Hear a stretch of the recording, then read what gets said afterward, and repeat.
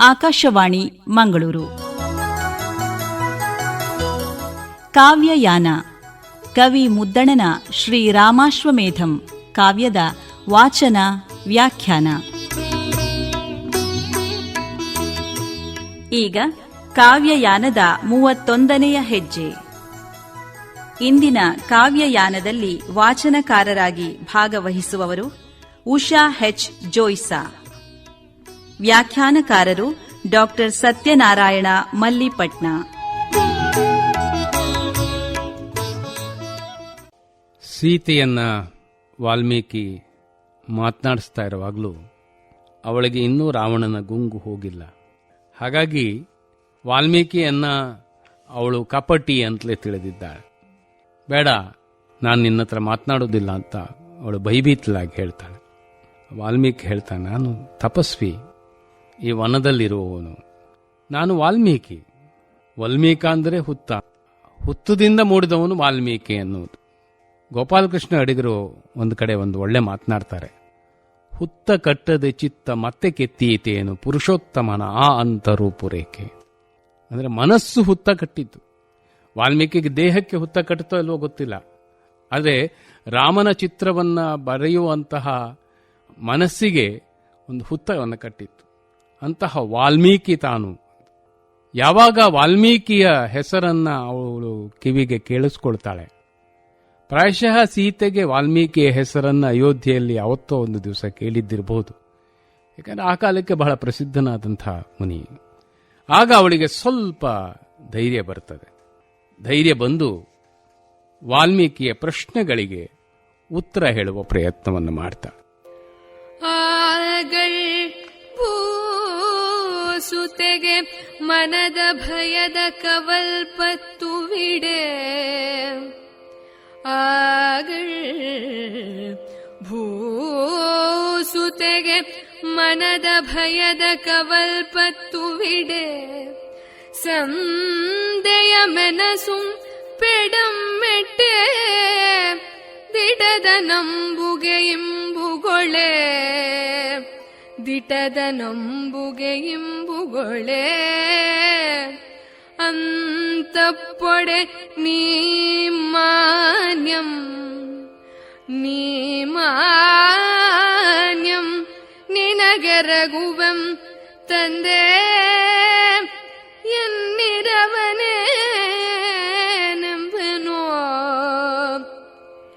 ಎನ್ನಿರವನೇ ನಂಬೆನೋ,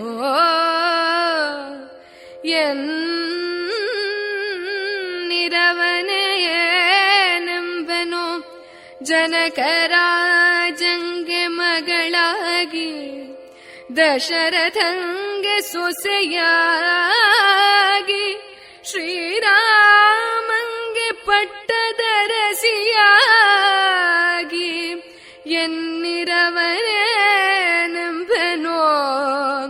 ಜನಕರಾಜಂಗೆ ಮಗಳಾಗಿ ದಶರಥಂಗೆ ಸೊಸೆಯಾಗಿ, ಶ್ರೀರಾಮಂಗೆ ಪಟ್ಟದರಸಿಯಾಗಿ, ಬಾಳ್ದೆನ್ನ ಬರ್ದುಂಕು ಬಾಳ್ದ ಎನ್ನ ಬರ್ದುಂಕು, ಈಗಳ್ ವನದೊಳಾಯ್ತೈ, ಈಗಳ್ ವನದೊಳಾಯ್ತೈ, ಈಗಳ್ ವನದೊಳಾಯ್ತೈ.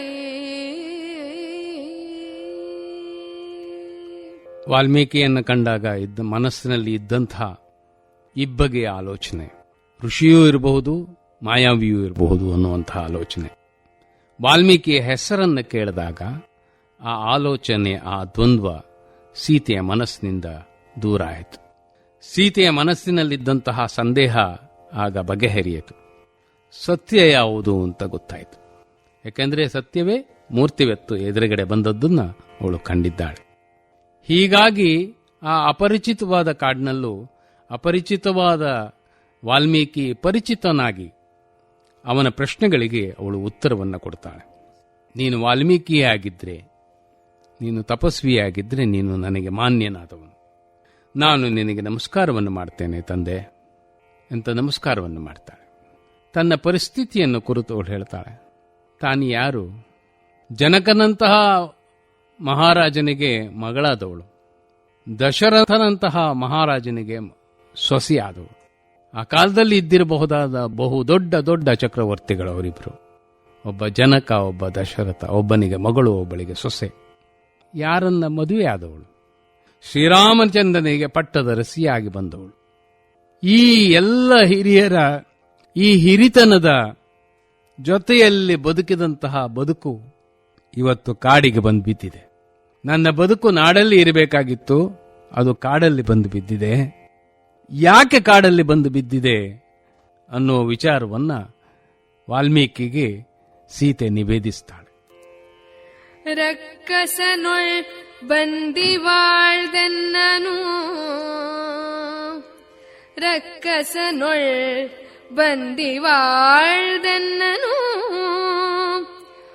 ಒಪ್ಪುಗೊಂಡೆನೆಂಬೊಂದು ಲೋಕಾಪವಾದದ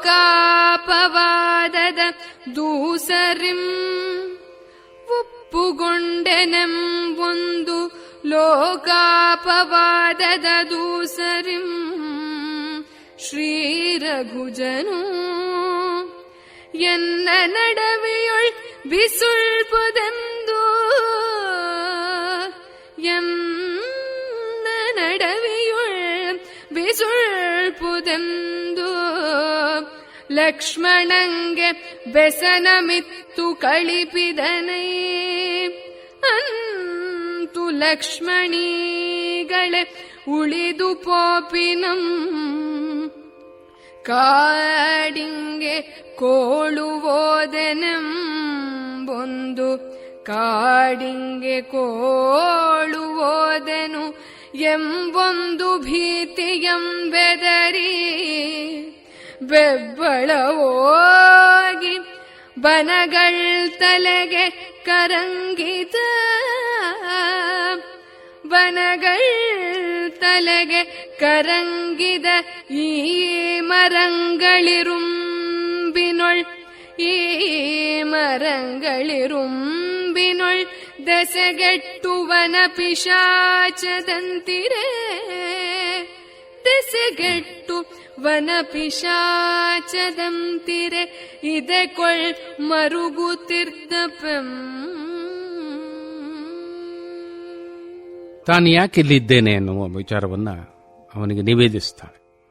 ತನ್ನ ಮೇಲೆ ಒಂದು ಅಪವಾದ ಬಂತು. ಏನು ಅಪವಾದ? ರಾಕ್ಷಸನಲ್ಲಿ ಸೆರೆಯಾಗಿದ್ದ ತನ್ನನ್ನ ಶ್ರೀರಾಮಚಂದ್ರ ಒಪ್ಪಿಕೊಂಡ ಅನ್ನುವ ಒಂದು ಅಪವಾದ. ಈ ಅಪವಾದದ ಕಾರಣಕ್ಕಾಗಿ ಶ್ರೀರಾಮಚಂದ್ರ ತನ್ನನ್ನ ಅಡವಿಯಲ್ಲಿ ತ್ಯಜಿಸಿ ಬರಬೇಕು ಅಂತ ಹೇಳಿ ಲಕ್ಷ್ಮಣನಿಗೆ ಅಪ್ಪಣೆ ಮಾಡಿದ. ಬಿಸುಳ್ಪು ಅಂತ ಒಂದು ಶಬ್ದ ಬಳಸ್ತಾನೆ ಕವಿ, ಬಿಸಾಡಿ ಬರಬೇಕು ಅಂತ. ಸೀತೆಯ ಮನಸ್ಸು ಎಷ್ಟು ನೊಂದಿದೆ ಅನ್ನುವುದು ಅದರಿಂದ ಗೊತ್ತಾಗ್ತದೆ. ತನ್ನನ್ನ ಕಾಡಿನಲ್ಲಿ ಬಿಸಾಡಿ ಬರಬೇಕು ಅಂತ ಲಕ್ಷ್ಮಣನಿಗೆ ಅವನು ಅಪ್ಪಣೆಯನ್ನು ಮಾಡಿದ. ಅವನು ನನ್ನನ್ನು ಇಲ್ಲಿ ಬಿಟ್ಟು ಹೋದ. ಹಾಗೆ ಅವನು ಬಿಟ್ಟು ಹೋದುದರಿಂದ ನಾನು ಈ ಕಾಡಿನಲ್ಲಿ ಸೆರೆಯಾಗಿದ್ದೇನೆ.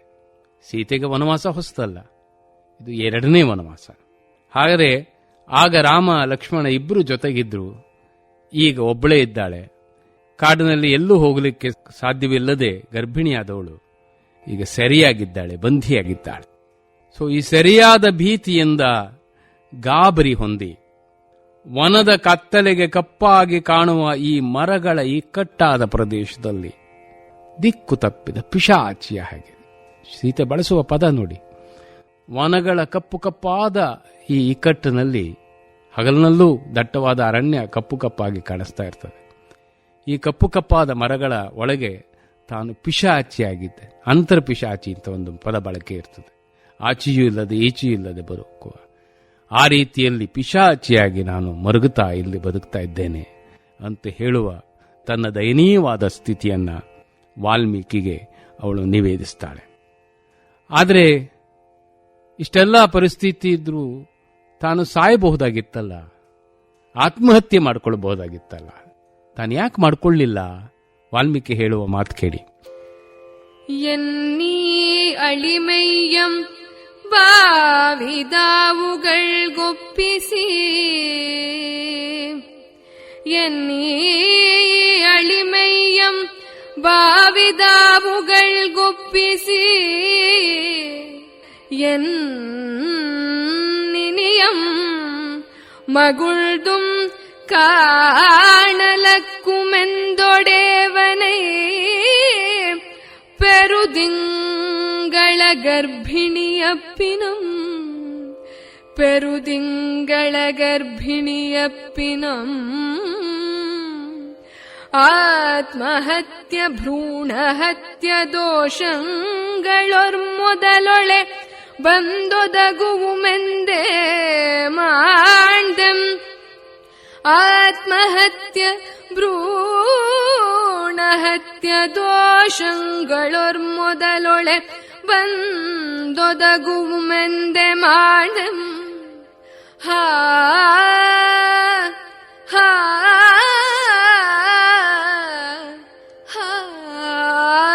ಎಂದು ಆತನ ಪಾದಕಾನತೆಯಾದಳ್.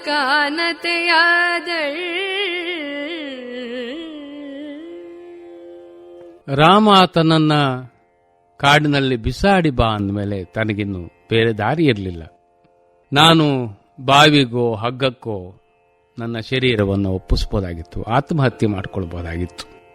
ಸೀತೆ ಹೇಳ್ತಾಳೆ, ಇದು ತನ್ನ ಕೀಳು ದೇಹ, ಅಪವಾದವನ್ನು ಹೊತ್ತಂತಹ ದೇಹವನ್ನು ಕೀಳು ದೇಹ ಅಂತ ಕರ್ಕೊಳ್ತಾಳೆ. ಹಾಗೆ ಕೀಳು ದೇಹವಾದ ನನ್ನ ಈ ದೇಹವನ್ನು ನಾನು ಆತ್ಮಹತ್ಯೆಯಿಂದ ಪೂರ್ಣಗೊಳಿಸಬಹುದಾಗಿತ್ತು. ಮತ್ತೆ ನನ್ನ ಪ್ರಿಯನನ್ನ ಕಾಣುವಂತಹ ಅವಕಾಶ ಕೂಡ ನನಗಿಲ್ಲ. ನಾನು ಏನು ಮಾಡಲಿ? ಸಾಯೋಣ ಅಂತ ಹೇಳಿದರೆ 9ನೆಯ ತಿಂಗಳ ಗರ್ಭಿಣಿಯಾಗಿದ್ದೇನೆ. ಇನ್ನೇನು ಕೆಲವು ದಿವಸಗಳಲ್ಲಿ ಮಗು ಜನನ ಆಗ್ತದೆ. ಮಗು ಹೊಟ್ಟೆಯಲ್ಲಿದೆ. ನಾನೇದಾದರೂ ನನ್ನನ್ನು ಸಾವಿಗೆ ಒಪ್ಪಿಸಿಕೊಂಡ್ರೆ ಆತ್ಮಹತ್ಯೆ ಮತ್ತು ಭ್ರೂಣಹತ್ಯೆ 2 ದೋಷಗಳೂ ನನ್ನ ಮೇಲೆ ಬಂದು ಒದಗ್ತದೆ. ಹಾಗಾಗಿ ಈ ಆತ್ಮಹತ್ಯೆ ಭ್ರೂಣಹತ್ಯೆ ದೋಷಗಳು ಒದಗುತ್ತವೆಯಲ್ಲ ಅಂತ ಹೇಳಿ ಆತ್ಮಹತ್ಯೆ ಮಾಡಿಕೊಳ್ಳದಲ್ಲೇ ನಾನು ಬದುಕಿದ್ದೇನೆ ಅಂತ ಹೇಳಿ ಆತನ ಪಾದಗಳಿಗೆ ಅವಳು ನಮಸ್ಕಾರವನ್ನು ಮಾಡ್ತಾಳೆ. ಇಂತೆರಗಿದಳಂ ಕಂಡು ಮುನಿಪಂ ಅಂತಾಗದೌ ನಿಕ್ಕುವಂ ನೀ ಮಕ್ಕಳಂ ಪಡೆವುದುಂಟು ಮರುಗದಿರ್ ಎಡೆಯೊಳೆ ಯಮಾಶ್ರಮಂ ಜೋಗವಟ್ಟಿಗೆಯಾಣೆ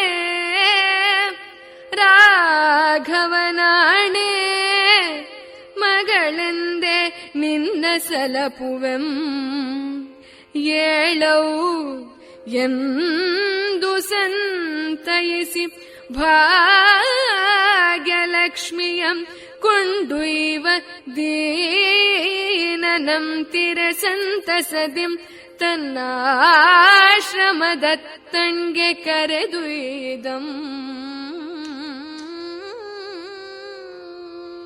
ಹೀಗೆ ನಮಸ್ಕಾರ ಮಾಡಿದಂತಹ ಸೀತೆಯನ್ನು ಕಂಡ ಮುನಿಪ ಅವಳಿಗೆ ಭರವಸೆಯನ್ನು ಕೊಡ್ತಾನೆ. ಬೇಡಮ್ಮ, ಆತ್ಮಹತ್ಯೆಯನ್ನು ಮಾಡಿಕೊಳ್ಬೇಡ. ನಿಶ್ಚಯವಾಗಿ ನೀನು ಮಕ್ಕಳನ್ನು ಪಡೆಯುತ್ತೀಯೆ. ಮಕ್ಕಳಂ ಪಡೆಯುವುದುಂಟು. ವಾಲ್ಮೀಕಿಗೆ ಮಗು ಒಂದಾಗ್ತಾ ಇಲ್ಲ, 2 ಆಗ್ತಾ ಇದೆ ಎನ್ನುವುದು ಅವನ ದಿವ್ಯ ದೃಷ್ಟಿಗೆ ಗೋಚರವಾಗಿದೆ. ಹಾಗಾಗಿ ಅಲ್ಲಿ ಬಹುವಚನವನ್ನು ಬಳಸ್ತಾನೆ. ಮಕ್ಕಳಂ ಪಡೆಯುವುದುಂಟು ಅಂತ. ಮರುಗಬೇಡ, ಹತ್ತಿರದಲ್ಲಿಯೇ ನಮ್ಮ ಆಶ್ರಮ ಇದೆ. ನನ್ನ ಯೋಗವಟ್ಟಿಗೆಯ ಆಣೆ, ಯೋಗದ ಪಟ್ಟಿಕೆಯ ಆಣೆ ಅಂತ. ಯೋಗಾಭ್ಯಾಸವನ್ನು ಮಾಡುವಾಗ ಸೊಂಟಕ್ಕೆ ಒಂದು ಬಟ್ಟೆಯನ್ನು ಕಟ್ಕೊಳ್ತಿದ್ರು, ಕಾಲಿಗೆ ಬಟ್ಟೆಯನ್ನು ಕಟ್ಕೊಳ್ತಿದ್ರು.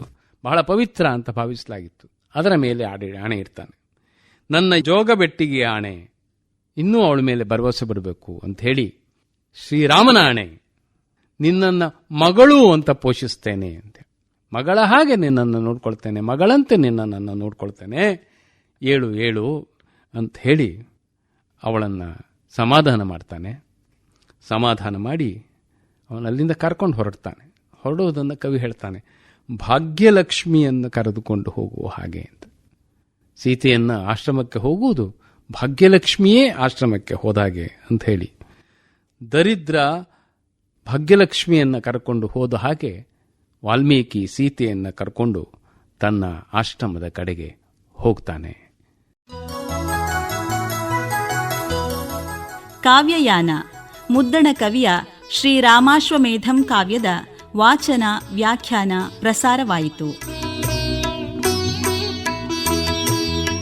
ಇಂದಿನ ಕಾವ್ಯಯಾನದಲ್ಲಿ ವಾಚನಕಾರರಾಗಿ ಭಾಗವಹಿಸಿದವರು ಉಷಾ ಎಚ್ ಜೋಯ್ಸಾ.